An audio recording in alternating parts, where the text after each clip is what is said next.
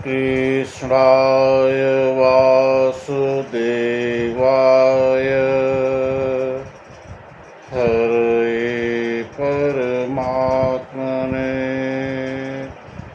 प्रणतक्लेशनाशाय गोविन्दाय नमो नमः। प्रिय श्रोता बंधुओं, माताओं एवं बहनों, आप सभी को मेरा हृदय से सादर प्रणाम। बंधुओं, आज हम आपके सामने श्रीमद्भगवद गीता का द्वितीय अध्याय श्लोक नंबर 17 के बारे में जानकारी करेंगे।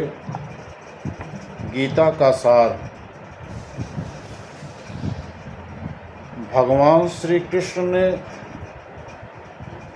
अर्जुन से क्या कहा, बहुत ही जानकारी वाली चीज़ है, श्रद्धा से श्रवण करें।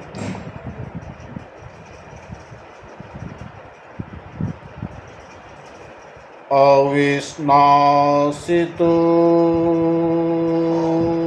तद्विद्धि अविनाशितो तद्विद्धि येन सर्वमिदं ततं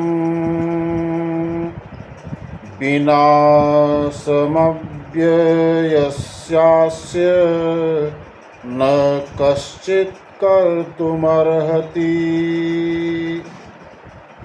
अविनाशी माने नाश रहित, तो माने लेकिन, तत् माने उसे, विद्धि माने जानो, येन माने जिसमें, सर्वम मतलब संपूर्ण शरीर, जो सारे शरीर में व्याप्त है। भगवान श्री कृष्ण ने अर्जुन से कहा कि जो सारे शरीर में व्याप्त है उसे ही तुम अविनाशी समझो। जो सारे शरीर में व्याप्त है उसे ही तुम अविनाशी समझो। उस अव्यय आत्मा को नष्ट करने में कोई भी समर्थ नहीं है। मित्रों, इस श्लोक का तात्पर्य है कि संपूर्ण शरीर में व्याप्त आत्मा की प्रकृति का, संपूर्ण शरीर में व्याप्त आत्मा की प्रकृति का अधिक स्पष्ट वर्णन हुआ है। मित्रों, अधिक स्पष्ट वर्णन हुआ है। सभी लोग समझते हैं कि जो सारे शरीर में व्याप्त है, जो सारे शरीर में व्याप्त है, यह चेतना है। यह क्या है? चेतना है। प्रत्येक व्यक्ति को शरीर में किसी अंश या पूरे भाग में सुख दुख का अनुभव होता है, सुख दुख का अनुभव होता है, किंतु चेतना की वह व्याप्ति किसी के शरीर तक ही सीमित रहती है। एक शरीर के सुख तथा दुख का बोध, एक शरीर के सुख तथा दुख का बोध दूसरे शरीर को नहीं हो पाता। फलतः प्रत्येक शरीर में व्यष्टि आत्मा है और इस आत्मा की उपस्थिति का लक्षण व्यष्टि चेतना द्वारा परिलक्षित होता है। इस आत्मा को बाल के अग्रभाग का लक्षण व्यष्टि चेतना द्वारा परिलक्षित होता है। इस आत्मा को बाल के अगले भाग के 10,000वें भाग के समान, बाल के अग्रभाग के 10,000वें भाग के तुल्य बताया जाता है। श्वेताश्वतर उपनिषद में इसकी पुष्टि हुई है। मित्रों, बालाग्रशतभागस्य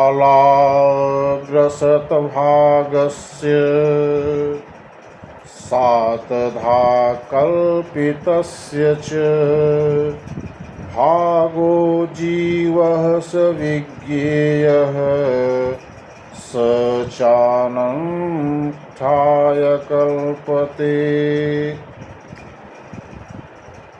यदि बाल के अग्रभाग को 100 भागों में विभाजित किया जाए और फिर इनमें से प्रत्येक भाग को 100 भागों में विभाजित किया जाए तो इस तरह के प्रत्येक भाग की माप आत्मा का परिमाप है।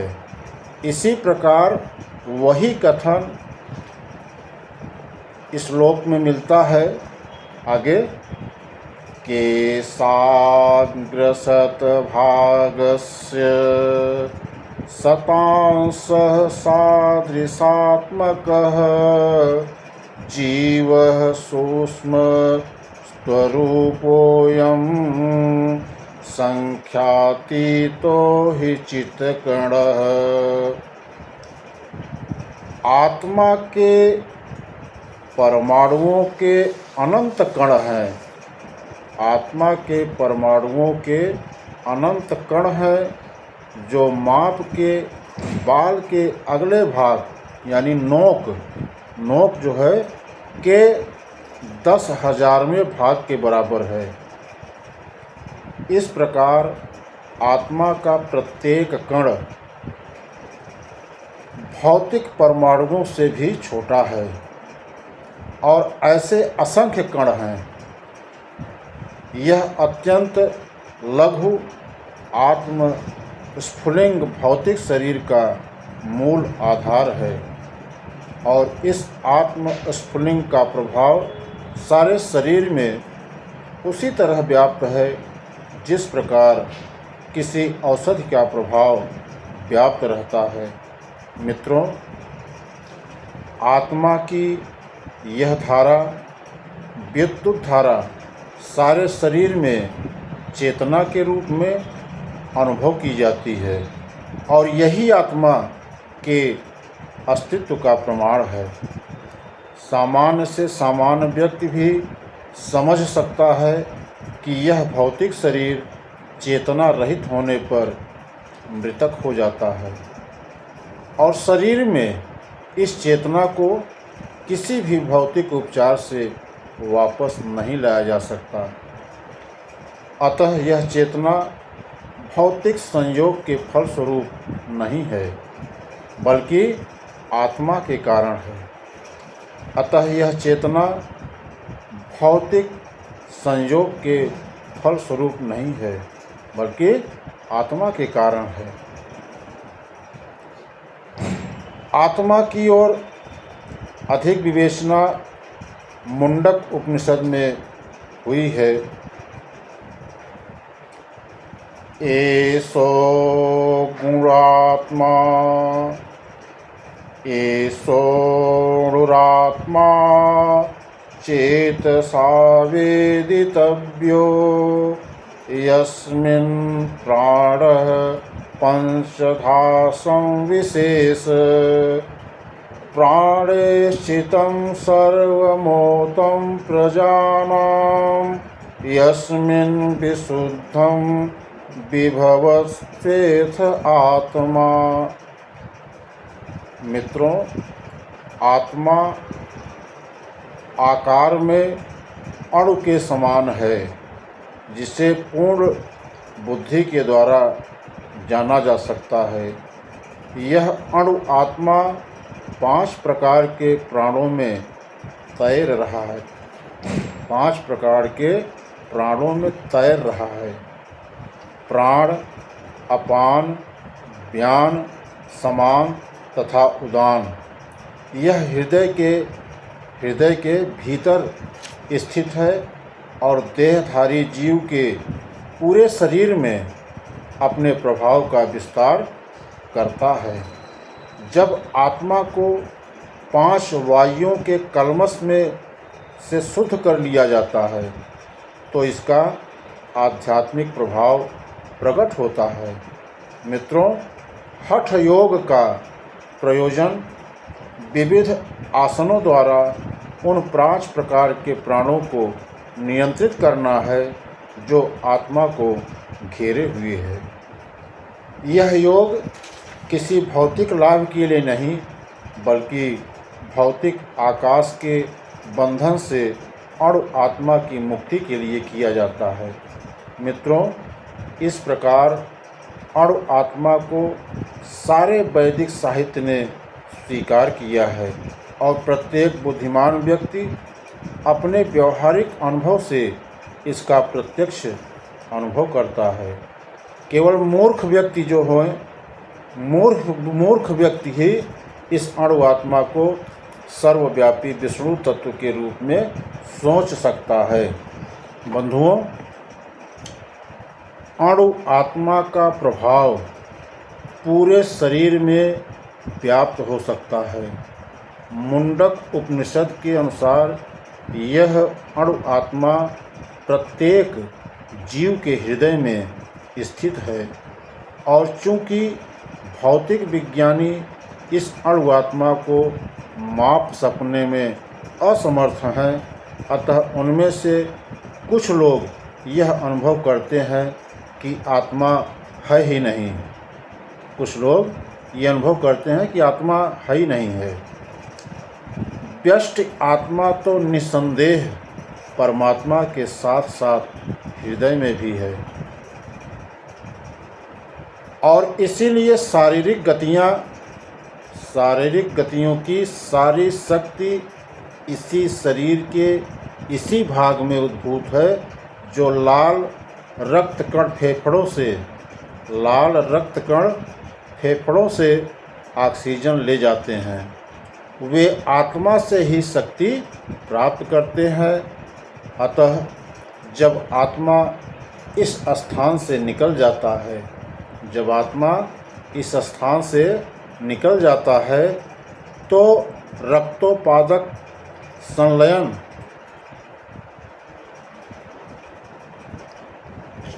बंद हो जाता है।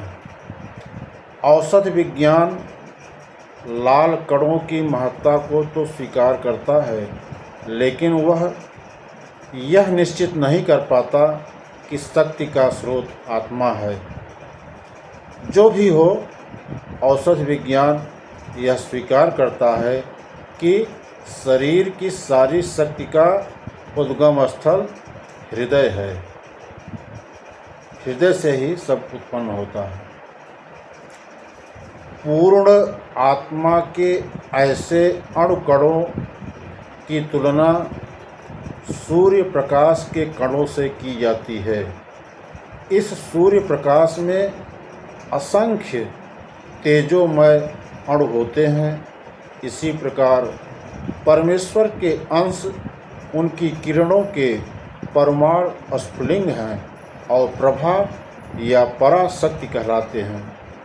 अतः चाहे कोई वैदिक ज्ञान का अनुगामी हो या आधुनिक विज्ञान का, वह शरीर में आत्मा के अस्तित्व को नकार नहीं सकता। भगवान ने स्वयं गीता में आत्मा के इस विज्ञान का विशद वर्णन किया है। बंधुओं, उम्मीद करता हूँ कि आज की ये अमृतमयी भगवद गीता आपको बहुत अच्छा लगा होगा। अगर ये प्रसंग अच्छा लगा हो तो हमारे चैनल को सब्सक्राइब करना न भूलें, लाइक करें, कमेंट करें। मिलते हैं अगले वीडियो में नए प्रसंग के साथ। तब तक के लिए आप सभी माताओं, बहनों, श्रोता बंधुओं को मेरा हृदय से सादर प्रणाम।